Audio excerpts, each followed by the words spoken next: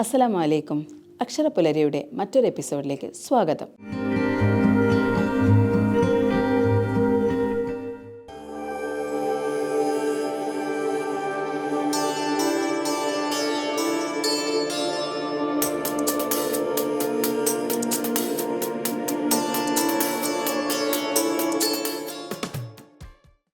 ഞാൻ റസീന. ഞാൻ ഇതുവരെ വന്ന എപ്പിസോഡുകളിലൊക്കെ നിങ്ങളുടെ മുമ്പിൽ അവതരിപ്പിച്ചിട്ടുള്ളത് GCCയിലെ എഴുത്തുകാരുടെ പുസ്തകങ്ങളാണ്. ചിലരുടെ അഭ്യർത്ഥന മാനിച്ച് ഇന്ന് ഞാൻ നിങ്ങളുടെ മുന്നിൽ വന്നിട്ടുള്ളത് ഒരു ഇൻ്റർനാഷണൽ ബുക്കുമായിട്ടാണ്. ഈ പുസ്തകം എനിക്ക് വളരെ പ്രിയപ്പെട്ടതും ഞാൻ വായിച്ചതിൽ വെച്ച് എനിക്ക് ഏറ്റവും ഇഷ്ടമുള്ളൊരു പുസ്തകവുമാണ്. ഈ പുസ്തകത്തിൻ്റെ പ്രത്യേകത എന്താണെന്ന് ചോദിച്ചാൽ, ഇതിൻ്റെ പ്ലസ് പോയിൻ്റ് എന്താണെന്ന് ചോദിച്ചാൽ ഇതിൻ്റെ ട്വിസ്റ്റ്. നമ്മൾ ആ പുസ്തകം വായിച്ച് മുന്നോട്ടെത്തി, അല്ലെങ്കിൽ ആ പുസ്തകം അവസാനിക്കുമ്പോഴും അതിൻ്റെ ട്വിസ്റ്റിൻ്റെ ഒരു പോർഷനുണ്ട്. ആ പോർഷൻ എത്തുമ്പോൾ നമ്മൾ വീണ്ടും വായിച്ചത് തുടക്കം മുതലേ തിരിച്ച് വായിച്ച് നോക്കും. അത്രക്കും ഒരു സൂപ്പറായിട്ടുള്ളൊരു ട്വിസ്റ്റാണ് ഈ പുസ്തകത്തിൻ്റെത്. ഞാനിന്ന് നിങ്ങളുടെ മുന്നിൽ വന്നിട്ടുള്ളത്, അല്ലെങ്കിൽ ഞാൻ പറയുന്ന ആ പുസ്തകം സൈലൻറ്റ് പേഷ്യൻ്റ്, അലക്സ് മൈക്കലഡാസിൻ്റെ സൈലൻറ്റ് പേഷ്യൻ്റ്.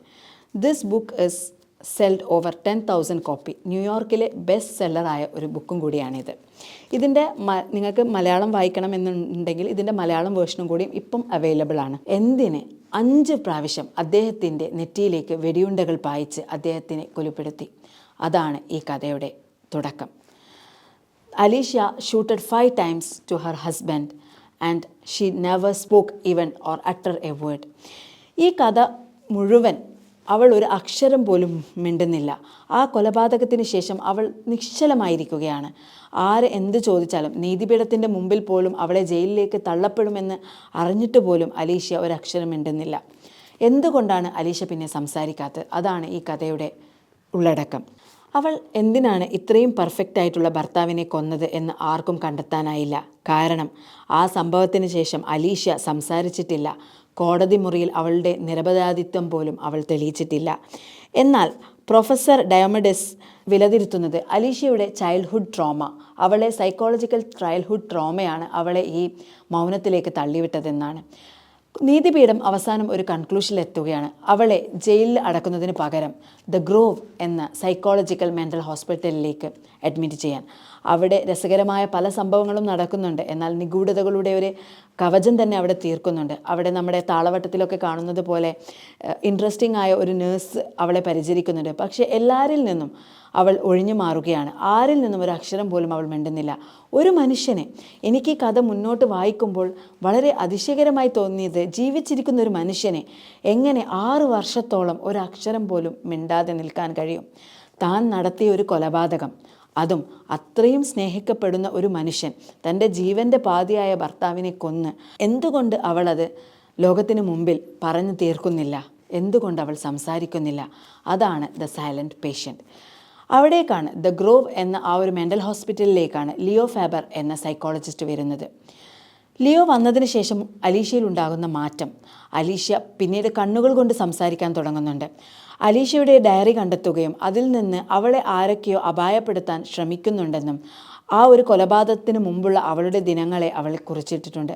ആരായിരിക്കും അവളുടെ നിഴല് പോലെ പിന്തുടരുന്നത്?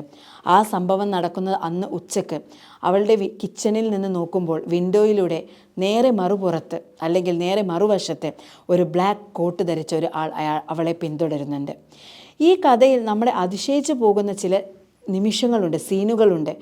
ആരായിരിക്കും ആ ഒരു പോയിന്റിൽ അവൾ തിരിഞ്ഞു നിൽക്കുമ്പോൾ അവളെ പിന്തുടരുന്നത്? എന്തിനായിരിക്കും ആ രാത്രി അയാൾ ആ വീട്ടിൽ കയറിയത്? എന്തിനായിരിക്കും അലീഷ്യ ഷൂട്ട് ചെയ്തത്? ഇതൊക്കെ ഉത്തരം കിട്ടാത്ത ചോദ്യചിഹ്നമായി കഥയിൽ പ്രതിഫലിക്കുന്നു. എന്നാൽ ഒരു പോയിന്റിൽ തിയോ കണ്ടുപിടിക്കുന്നുണ്ട്, അലീഷ്യ എന്തിനായിരിക്കും കൊന്നത്? 5 പ്രാവശ്യം അവൾ കൊല്ലണമെങ്കിൽ, ഷൂട്ട് ചെയ്യണമെങ്കിൽ എന്തുമാത്രം റിവെഞ്ച് ഉണ്ടാകും, അല്ലെങ്കിൽ എന്തായിരിക്കും അതിൻ്റെ കാരണം? പക്ഷേ ഈ കഥ ഒരു സൈക്കോളജിക്കൽ റിവെഞ്ചിൻ്റെയും കൂടി കഥയാണെന്ന് നമ്മെ ഓർമ്മപ്പെടുത്തിക്കൊണ്ടാണ് അലക്സ് എഴുതിയിരിക്കുന്നത്. ഞാൻ ഇദ്ദേഹത്തിൻ്റെ മുമ്പുള്ള പുസ്തകങ്ങളെ തിരഞ്ഞു പോയപ്പോൾ എനിക്ക് മനസ്സിലാക്കാൻ കഴിഞ്ഞ ഒരു രഹസ്യം എന്താണെന്നാൽ, അദ്ദേഹത്തിൻ്റെ ആദ്യ പുസ്തകമാണിതെന്നതാണ്. ഒരു ആദ്യ പുസ്തകത്തിൽ ഇത്രയും പെർഫെക്റ്റായ പ്ലാനിങ്ങോട് കൂടി ഒരാൾക്ക് എങ്ങനെ എഴുതാൻ പറ്റും? ഇതിൽ ഏറ്റവും അല്ലെങ്കിൽ ഈ ഒരു പുസ്തകത്തിൽ ഏറ്റവും കൂടുതൽ പ്രതിപാദിച്ചിട്ടുള്ള ഒരു പ്രസ്താവനയുണ്ട്, Greek mythology. Alicia Greek mythology follow ചെയ്യുന്ന ഒരു ലേഡി കൂടിയാണ്. അവളുടെ പെയിൻറ്റിങ്സിലൂടെ, അവളുടെ കോഡ്സുകളിലൂടെ അവൾ ഗ്രീക്ക് മിത്തോളജിയെ വല്ലാതെ മുറുകെ പിടിക്കുന്ന ഒരു വ്യക്തിയാണെന്ന്, ഒരു ലേഡിയാണെന്ന് മുൻപുള്ള ചാപ്റ്റേഴ്സിൽ നിന്ന് നമുക്ക് മനസ്സിലാക്കാം. കൊലപാതകത്തിന് ശേഷം അലീഷ്യ ഒരു പ്രസ്താവന നടത്തുകയുണ്ടായി. അത് ഇങ്ങനെയാണ്: ഗ്രീക്ക് മിത്തോളജിയിലെ സാഡസ്റ്റ് ലവ് ട്രാജഡിക്കായ കഥാപാത്രമാണ് അലസ്റ്റിക് എന്ന പേര് കൊടുത്ത ഒരു പെയിൻറ്റിങ്. അലസ്റ്റിക് തീസ് എന്നാൽ തൻ്റെ നിരപരാധിത്വം തെളിയിച്ചില്ലെങ്കിലും തൻ്റെ ഭർത്താവിനെ രക്ഷപ്പെടുത്തണം എന്ന ഒരു സാഡ് ട്രജറ്റിക് ലവ് സ്റ്റോറിയുടെ ബേസിസിലാണ് അവൾ ആ പെയിൻറ്റിങ് നടത്തുന്നത്. അലീഷ്യ വരച്ച ആ ഒരു ഇൻകംപ്ലീറ്റ് പെയിൻറ്റിങ്ങിൽ നിന്ന് തിയോ ഫാബർ മനസ്സിലാക്കിയെടുക്കുന്ന ചില സത്യങ്ങളുണ്ട്. ഫോറൻസിക് തെറാപ്പിസ്റ്റായ ഫൈബർ അവസാനം എത്തുന്നൊരു കൺക്ലൂഷനുണ്ട്. എന്തിനാണ് അലീഷ്യ ഇത് നടത്തുന്നത്? പക്ഷേ ഇതിൻ്റെ ട്വിസ്റ്റ് നമ്മളെ എല്ലാവരെയും അതിശയപ്പെടുക്കും. പറ്റുമെങ്കിൽ സൈലൻറ്റ് പേഷ്യൻ്റ് വായിക്കുന്ന ആരും, അല്ലെങ്കിൽ നിങ്ങൾക്ക് മനസ്സിലാവുന്ന രീതിയിൽ നിങ്ങളെ മനസ്സിലാക്കുന്ന ആ ഒരു ട്വിസ്റ്റ് പോയിന്റിലെത്തുമ്പോൾ നമ്മൾ അതിശയിച്ച് നിന്നു പോകും. ഇങ്ങനെ തന്നെയാണോ ഞാൻ വായിച്ചത്? ഇത് തന്നെയാണോ ഇതിൻ്റെ കൺക്ലൂഷൻ? പക്ഷെ നമ്മൾ വീണ്ടും മുമ്പോട്ട് പോയി തിരിച്ച് ആ ഒരു പോയിന്റിലെത്തുമ്പോൾ നമുക്ക് മനസ്സിലാവും അലക്സ് എത്ര ഭംഗിയായാണ് ഇതിൻ്റെ ട്വിസ്റ്റ് പ്ലോട്ട് ചെയ്തിരിക്കുന്നതെന്ന്. അലസ്റ്റിക് ഒരു ആർട്ട് വർക്കാണ്. അതിൽ ഒരു ട്രാജറ്റിക് ഫിഗർ നമ്മളെ കോട്ട് ചെയ്യപ്പെടുന്നുണ്ട്. അത് ഇങ്ങനെയാണ്: the mythical of the Greek psychologist അല്ലെങ്കിൽ the Greek philosopher Alcestis sacrifice herself to save the husband king Admetus. തൻ്റെ ഭർത്താവായ കിങ് അഡ്മിറ്റസിനെ രക്ഷിക്കാൻ വേണ്ടി അവൾ നടത്തുന്നൊരു മൗനം. അത് ഈ കഥയുടെ ആരംഭത്തിലെ കോട്ട് ഇങ്ങനെയാണ്: Euripides like Alcestis but why she doesn't speak. ഇത്രയും വലിയൊരു കൊലപാതകം നടത്തിയിട്ടും എന്തുകൊണ്ട് അവൾ സംസാരിച്ചില്ല? ആ ഗ്രീക്ക് മിത്തോളജിയിൽ പറഞ്ഞതുപോലെ തന്നെ ആണ് അലീഷ്യയുടെ ജീവിതവും മുന്നോട്ട് പോകുന്നത്. ഇത്രയും വലിയൊരു സംഭവം ഉണ്ടായിട്ടും എന്തുകൊണ്ട് അവൾ മൗനം പാലിക്കുന്നു? തിയോ ഫാബർ എന്ന സൈക്കോളജിസ്റ്റ് അവളെ സംസാരിപ്പിക്കുമോ? അല്ലെങ്കിൽ അവൾ ആ സത്യം വെളിപ്പെടുത്തുമോ? അവസാന നിമിഷം ഒരു ട്വിസ്റ്റ് എന്ന രീതിയിൽ ഈ കഥയിൽ പ്രതിപാദിക്കുന്നുണ്ട്. ഗബ്രിയലാണ് ഭർത്താവ്. ഗബ്രിയേൽ ഒരു ഫോട്ടോഗ്രാഫറും കൂടിയാണ്. വളരെ മനോഹരമായ സ്ത്രീകളുടെ പിക്ചേഴ്സ് എടുക്കുന്ന ഗബ്രിയേലിനെ അവൾ ഒരിക്കലും സംശയിച്ചിരുന്നില്ല. ആ സംശയം ഒരിക്കലും നിഷ്പഷ്ടമായി അവൾ സംശയിക്കാതിരുന്ന ഗബ്രിയേലിനെ പിന്നീട് അവൾ കൊല്ലേണ്ട വന്ന സാഹചര്യം, തന്നോട് വഞ്ചന കാട്ടി എന്ന് മനസ്സിലായിട്ടും അവൾ കൊല്ലാതിരുന്നു. അവസാന നിമിഷം അലീഷ്യയെ തന്നെ തിരിച്ചു കൊല്ലുമെന്ന ഒരു സന്ദർഭം എത്തിയപ്പോൾ ആണോ അലീഷ്യ അദ്ദേഹത്തെ ഷൂട്ട് ചെയ്യുന്നത്? സൈലൻറ്റ് പേഷ്യൻ്റ് എന്ന ഈ ഒരു മിസ്റ്ററി നോവലിൽ നിന്ന് നമുക്ക് വായിച്ചെടുക്കാൻ പറ്റണം. അത് റിവെഞ്ചിൻ്റെ മാത്രം കഥയല്ല, ആത്മാർത്ഥമായ പ്രണയം തന്നെ ചതിക്കുമ്പോഴുണ്ടാവുന്ന ഒരു റിവെഞ്ചൽ ലവ് മിത്തിക്കൽ കോംപ്ലിമെൻ്റ് ആണ് ഇത് എന്ന്. അവസാന നിമിഷം ആരാണ് കൊലയാളി? തന്നെ ഫോളോ ചെയ്ത ആ ഒരു ബ്ലാക്ക് കോട്ടുകാരനാണോ കൊലയാളി? അല്ലെങ്കിൽ അലീഷ്യ തന്നെയാണോ കൊലയാളി? അല്ലെങ്കിൽ മറ്റാരെങ്കിലുമാണോ? നിങ്ങൾ വായിച്ചറിയുക. This is a silent patient therapy where our mind goes to a depth of the questioning power.